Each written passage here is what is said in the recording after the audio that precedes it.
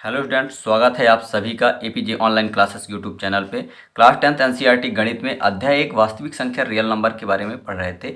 इसमें हमने प्रश्नावली 1.1 में क्वेश्चन नंबर 2 तक सॉल्व कर लिया है। इसके बाद देखेंगे क्वेश्चन नंबर 3। हमारे पास प्रश्न है, पढ़ लेते हैं। सबसे पहले देखिए, यहाँ पे किसी परेड में 616 सदस्यों वाली एक सेना आर्मी की टुकड़ी को 32 सदस्यों वाले एक सेना आर्मी के पीछे मार्च करना है। दोनों समूहों को समान संख्या वाले स्तंभों में मार्च करना है।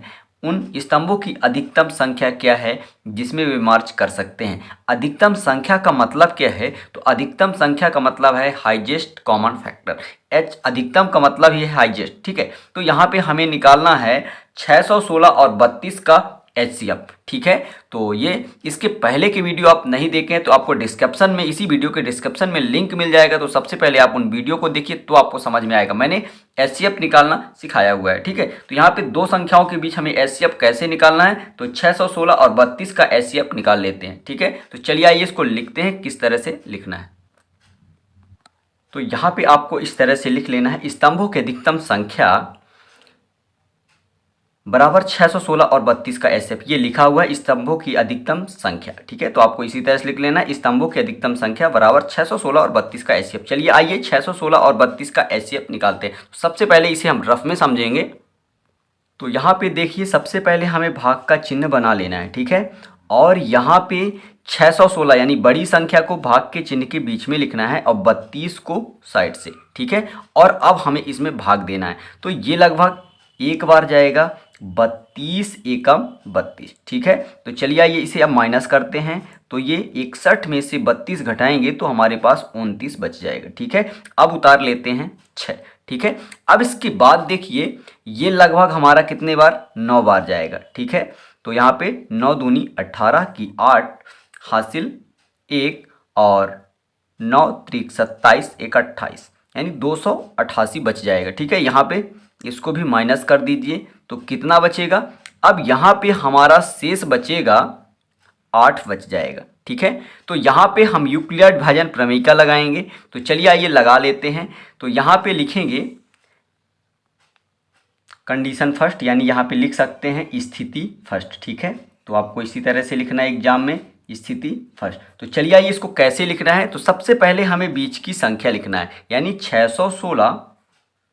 616 बराबर करना क्या है, अगल बगल की संख्याओं का गुणा, यानी 32 गुणे 19। यहाँ पे लिखेंगे 32 गुणे 19 धन शेषफल। शेषफल हमारे पास क्या है, तो 8। यहाँ पे लिखेंगे शेषफल क्या है, 8। तो यहाँ पे लिख लेते हैं।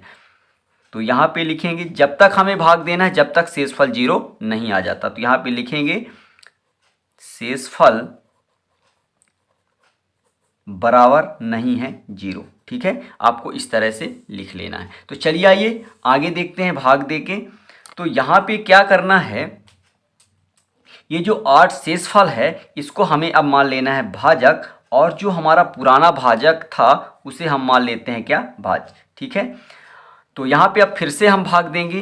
तो ये लगभग 4 बार जाएगा, 8 चौक 32। ठीक है, ये पूरा पूरा भाग चला जाता है और यहाँ पे शेषफल हमारा 0 आ जाता है। और जब भी शेषफल आ जाता है तो यहाँ पे लास्ट का जो भी भाजक होता है वही एचसीएफ कहलाता है। ठीक है, तो ये आपको समझ में आया होगा। चलिए आइए अगला स्टेप लगाते हैं। यहाँ पे लिखेंगे, सबसे पहले क्या लिखना है, देखिए यहाँ पे। तो सबसे पहले हमें बीच की संख्या लिखना है। तो बीच की संख्या क्या है, 32 बराबर, सेकंड नंबर यहाँ पे लगा देंगे।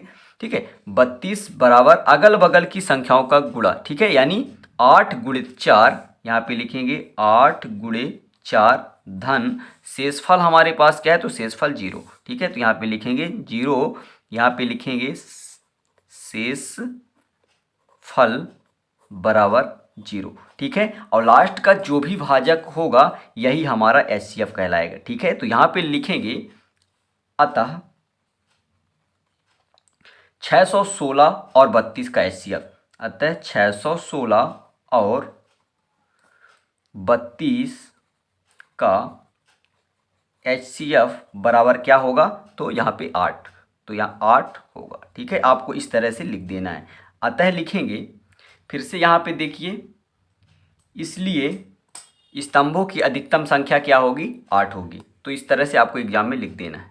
तो आपको इस तरह से एग्जाम में लिख देना है कि इसलिए अधिकतम स्तंभों की संख्या 8 होगी। ठीक है, ये आपका आंसर आ जाता। आशा करता हूँ ये आपको समझ में आ गया होगा। तो चलते हैं नेक्स्ट वीडियो में मिलेंगे।